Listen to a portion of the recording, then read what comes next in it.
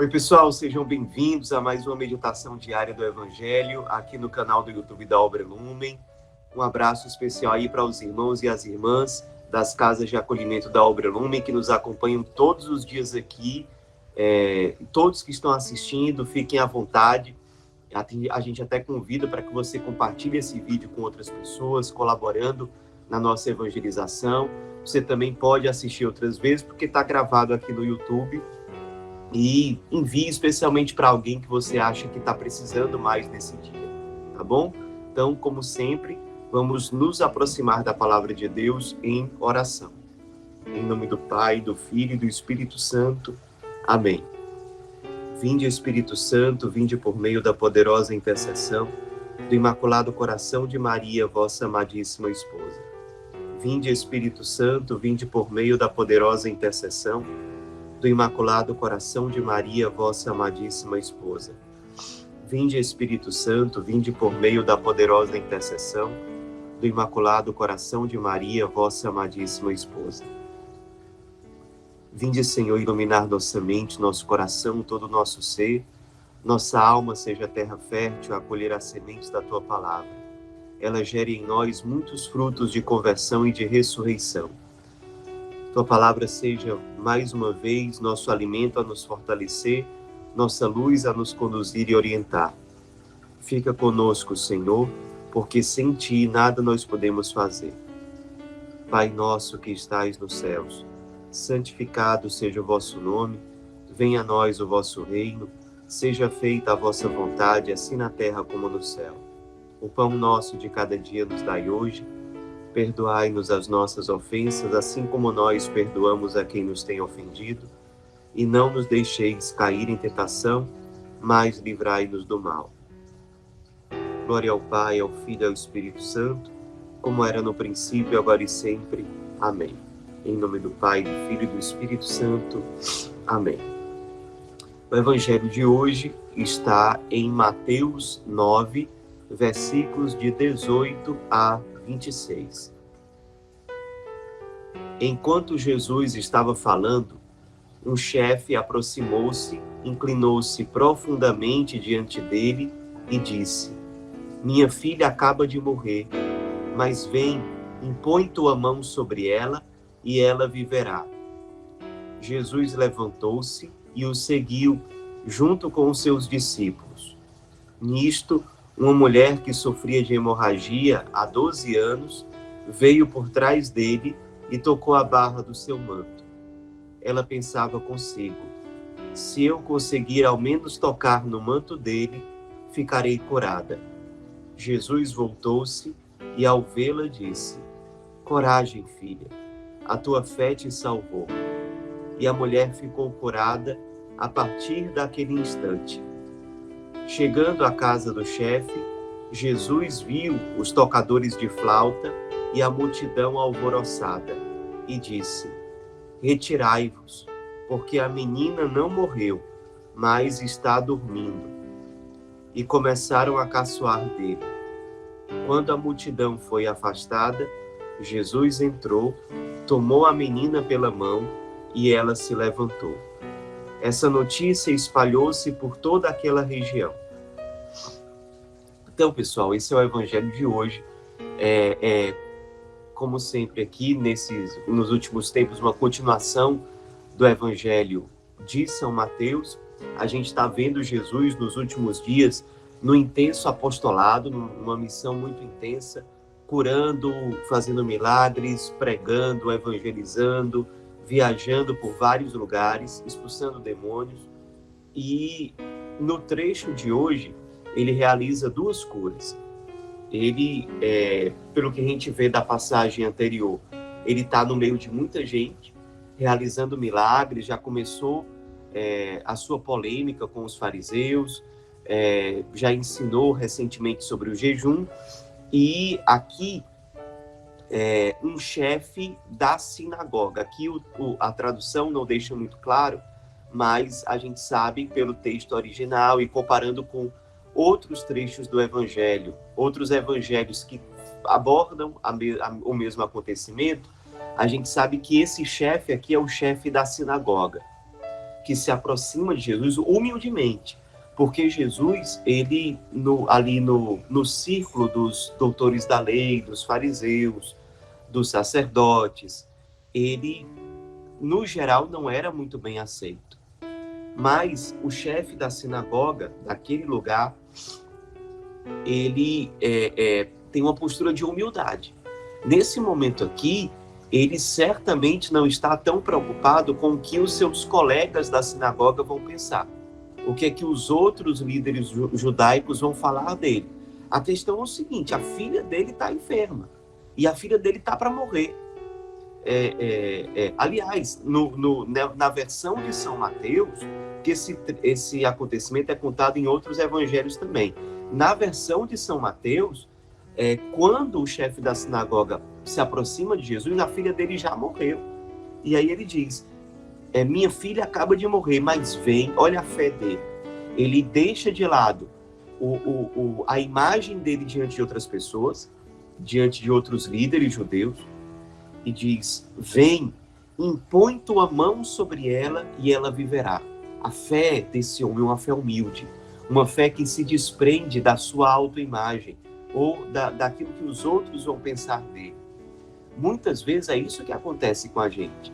A gente, por uma certa posição social que a gente tem, ou por receio do que os outros vão pensar de nós, a gente às vezes está numa situação séria, a gente precisa se aproximar de Deus, mas a gente tem vergonha, a gente tem receio do que aquela pessoa vai pensar, o que a minha família vai dizer, o que os meus pares, os meus colegas vão pensar de mim se me virem indo numa igreja, ou me aproximando de Jesus, ou conversando com o padre, ou lendo a Bíblia, ou alguma coisa desse tipo, ou rezando o terço. A fé aqui desse chefe da sinagoga deve nos motivar aqui. O respeito humano, ou seja, o colocar a preocupação com os olhares externos, a opinião alheia, acima da intimidade com Deus, deveria ser para nós algo a gente levar para a confissão, para o exame de consciência. A gente nunca pode colocar a proximidade com Deus abaixo dessas coisas, abaixo de opiniões alheias. A atitude aqui, que para nós é exemplar, é uma atitude de humildade, de alguém que se desprende dos olhares externos para ter um encontro com Cristo e para salvar a sua filha. Aqui, na história desse chefe da sinagoga, tem algo que nos ensina também. Você se coloque no lugar desse pai que acabou de perder a filha. É uma situação de muita crise, de muito sofrimento, mas ele aproveita aquela situação de crise para dali tirar algo positivo para a vida dele. Deus aproveita essa situação de dor para fazer com que esse chefe da sinagoga tenha uma experiência de Deus. Então, se você está passando por uma situação de sofrimento, situação de dor, de crise, enfrente essa situação em oração, pensando o seguinte: o que é que Deus quer retirar de positivo dessa situação? Será que Ele quer me ensinar alguma coisa? Será que Ele quer se aproximar de mim novamente, me fazendo ser humilde, para me aproximar dele mais uma vez e sair restaurado desse encontro? Se Deus permite uma situação de sofrimento na nossa vida, uma situação de perda, é porque certamente Ele tem algo positivo, algo edificante, uma experiência de ressurreição a tirar daquela situação, daquela experiência. Jesus, na mesma hora, se levantou e passou a seguir aquele homem até a casa dele. Em geral, o chefe da sinagoga morava vizinho à sinagoga, ou às vezes até no mesmo prédio, num andar à parte. Então, muito provavelmente, Jesus estava se dirigindo à própria sinagoga. Por isso que aqui, fazendo uma leitura espiritual, esse chefe da sinagoga representa o judaísmo da época. E a filha dele morreu, ou seja, ele olha para a sua família, olha para para aqueles que vêm após ele e percebem que existe ali uma marca de morte. de desesperança. E aí esse chefe da sinagoga vem ao encontro do Cristo para trazer de volta a esperança para a sinagoga, para o povo judeu, para o povo de Israel que esperava a presença de Deus. Ou seja, Jesus é apresentado aqui nessa passagem como uma nova luz, como uma esperança para um judaísmo que estava marcado em muitos aspectos pela descrença, pela falta de fé, pela falta de esperança, pela morte, por traços de morte. E Jesus se dispõe a ir para a sinagoga, se dispõe a ir ao encontro dos judeus para trazer de volta a esperança. E aí Jesus segue, junto com os seus discípulos, ele vai até a casa do chefe da sinagoga, e no meio do caminho, o que é que acontece? Uma mulher que sofria de hemorragia há 12 anos. Se o chefe da sinagoga venceu a sua vergonha, a sua timidez, essa mulher também vence. Nós temos aqui duas pessoas que vencem a sua timidez, a sua vergonha, o receio do que outros vão pensar. Por quê? Porque essa mulher que tinha 12 anos de hemorragia, ela era considerada uma mulher impura. Porque sempre que eu toco o sangue de um animal ou de um outro ser humano, até o meu próprio sangue, aquilo gera em mim, segundo a mentalidade judaica da época, uma impureza. E se eu estou impuro, outros não podem se aproximar de mim, porque senão eles vão ficar impuros também. Então essa mulher, há 12 anos que ela está nessa situação, que ela não consegue conviver bem com outras pessoas, porque ela se vê como impura, ou seja, a autoimagem dela é negativa, e ela não se deixa aproximar por outros, porque os outros a veem como impura e porque ela certamente tem vergonha de ter esse tipo de contato. Então, é uma mulher que tem as suas relações humanas, prejudicadas por conta da sua situação de impureza. Ela tem vergonha, certamente, da sua situação. Porque ela tem vergonha, ela entra no meio da multidão de forma discreta e toca por trás de Jesus na barra do manto da roupa dele. Ou seja, ela não tem coragem nem de encontrar Jesus de frente. Por trás, se escondendo, ela toca ali na barra da roupa de Jesus, na parte mais baixa da roupa de Jesus. Mas ela faz isso com uma fé. Se eu conseguir ao menos tocar no manto dele, eu ficarei curado. Essa atitude dela, que vence a barreira da timidez, da vergonha, do vexame, do apego à própria imagem de que é impura, do receio do que outros vão pensar. Ela vence essa barreira por meio da fé. Jesus então se volta a ela e diz: coragem, filha, a tua fé te salvou. E a partir daquele momento a mulher ficou curada, diz o Evangelho. A gente está vendo aqui duas pessoas que vencem a sua vergonha para se aproximar do Cristo.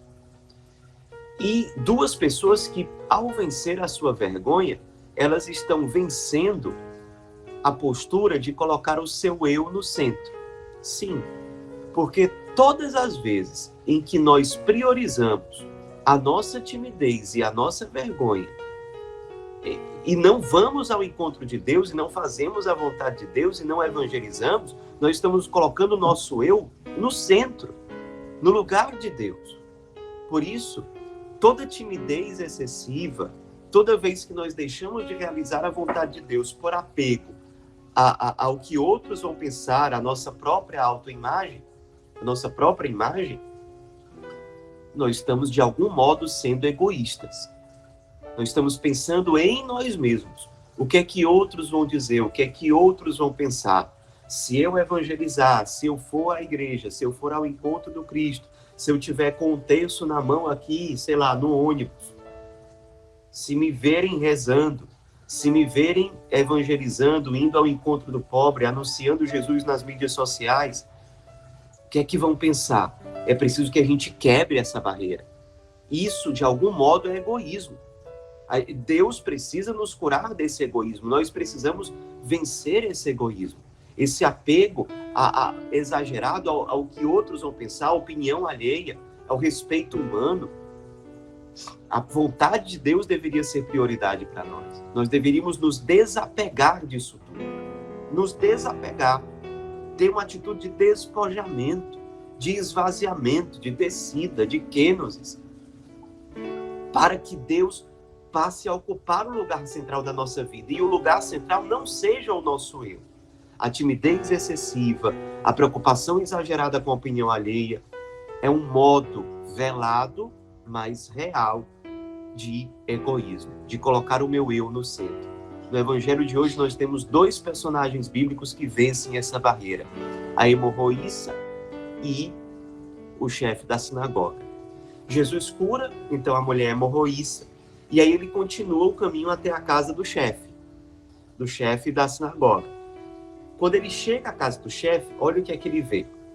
Ele vê tocadores de flauta e uma multidão alvoroçada. Ou seja, uma multidão alvoroçada significa que são pessoas agitadas, são pessoas que não estão em paz, que não estão com a fé firme.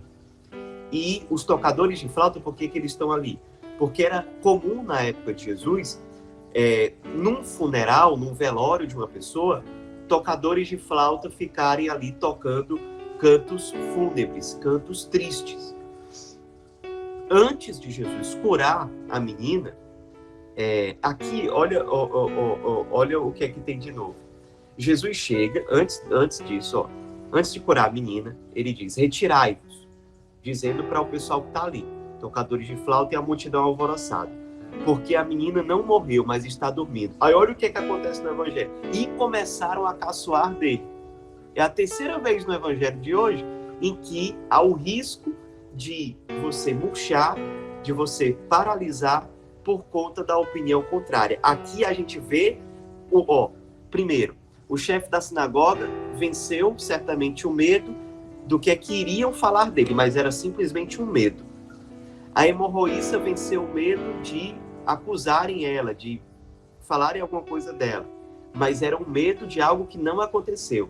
No caso de Jesus, de fato, ele vê pessoas caçoando dele, na frente dele, ele vê a opinião contrária, aquelas pessoas que querem colocar você para baixo. Mas Jesus enfrenta. E por que ele enfrenta? Essa multidão alvoroçada representa, de certo modo, as agitações do mundo que nos cercam.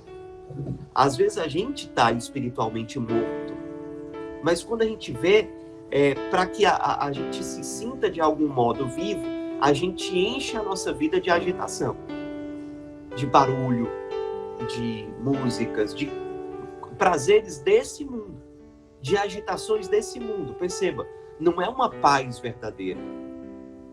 Não é. É simplesmente uma agitação que nos faz não olhar tanto para as nossas misérias, para as nossas dores, para as nossas tristezas, e nos fazem esquecer os nossos problemas, de alguma forma nos anestesiar para que a gente continue vivendo. Jesus manda calar essa agitação. Os tocadores de flauta representam aquelas coisas, aqueles barulhos, aqueles cantos fúnebres que nos cercam, aquelas pessoas que ficam dizendo assim: você está morto mesmo. Em outras palavras, elas estão dizendo: você não tem jeito, você é um drogado mesmo, você não vai ser santo mesmo. Elas estão ali, tocando essa música fúnebre, essa música de morte ao nosso redor. Estão ali, e dizendo: usa essa droga, é isso mesmo, você tem que ter mais dinheiro, é isso mesmo, você tem que ter status, é isso mesmo, sua família tem que se dividir, você tem que pensar em você, é isso mesmo, você já se preocupou com muita gente, está na hora de você se preocupar com as suas coisas, pense só em você, não ajude essa pessoa. Enfim, a nossa vida, ela é cercada de gente que toca músicas de morte. Essas pessoas, elas podem ser pessoas físicas, elas podem ser certos lugares, certos sites, certas pessoas que a gente tem contato na internet ou na televisão. São cantos fúnebres, cantos de morte. que nos cercam, que nos cercam. Fazendo uma leitura espiritual, é muito significativo que Jesus, antes de curar a menina, ele cessa esse barulho. Cessa. É como se fosse uma penitência. Você está habituado a escutar músicas fúnebres, você está habituado a estar inserido nesse círculo de agitação, de barulho, que lembra a morte, que tem cheiro de morte, que tem sabor de morte. É hora de fazer penitência, é hora de cessar com isso. É hora de mortificação. Faz com que essas coisas de morte cessem. Cessem. Que decisão você pode tomar hoje para fazer cessar essas vozes de morte, esse canto fúnebre? São sites que você visita, são perfis que você visita, são músicas que não trazem nada, são presenças de pessoas que só te colocam para baixo, que só te incentivam a droga, que só te incentivam a coisa que não presta. São as conversas de morte. Com o que você precisa cortar para finalmente ressuscitar? Para finalmente voltar à vida? Queremos ressuscitar, temos que ter coragem. Temos que ter coragem de quebrar com esse canto fúnebre, com essas agitações do mundo, para que o Cristo realmente entre na intimidade da nossa casa, nos toque, nos puxe pela mão, nos levante, nos faça ressuscitar. Um dia desse nós falamos como no Evangelho a palavra levantar e ressuscitar são a mesma. E aí Jesus, depois de fazer cessar aquele alvoroço sem fé, sem esperança, ele entra na casa, toma a menina pela mão, como quem diz, eu te levanto. Você não consegue levantar sozinha, mas eu te levanto. E ela se levanta, ela ressuscita. Ela ressuscita. Olha que experiência bonita. Nós temos hoje uma experiência de ressurreição que acontece por quê? Porque o medo da vergonha foi vencido, o receio em relação à opinião alheia foi vencido, o egoísmo foi vencido, porque a timidez excessiva, a gente falou, é um modo de egoísmo, ele foi vencido. O colocar o eu no centro, o que é que vão pensar, o que é que vão dizer, o eu no centro foi retirado, para que o Cristo ocupe o lugar central na cena e na nossa vida. Ou seja, essa ressurreição aconteceu com uma vitória sobre o egoísmo, uma vitória sobre a timidez excessiva, sobre a vergonha em relação ao que os outros não pensavam ou dizer. Essa ressurreição aconteceu a partir do momento em que o Cristo começou a ir ao nosso encontro, quando nós demos o passo humilde de ir ao encontro dele. Essa ressurreição aconteceu a partir do momento em que o canto fúnebre da nossa vida cessou. As músicas de morte, a agitação do mundo cessou. Nós nos afastamos dessas coisas que nos lembram a morte, que declaram a morte na nossa vida. A partir do momento que tudo isso cessa, que é uma atitude sim de mortificação, de corte com aquilo que nos leva à morte, com aquilo que nos leva ao pecado. É a partir desse momento que Jesus pode entrar na nossa casa, nos tomar pela mão e nos fazer ressuscitar. Que você possa meditar com toda essa experiência de ressurreição, de cura, de humildade, de libertação do próprio egoísmo, que o Evangelho de hoje nos propõe. Que a Virgem Maria nos ajude a colhermos os frutos dessa oração com a palavra de Deus. Ave Maria, cheia de graça, o Senhor é convosco. Bendita sois vós entre as mulheres e bendito é o fruto do vosso ventre, Jesus. Santa Maria, Mãe de Deus, rogai por nós, pecadores, agora e na hora de nossa morte. Amém. Em nome do Pai, do Filho e do Espírito Santo. Amém.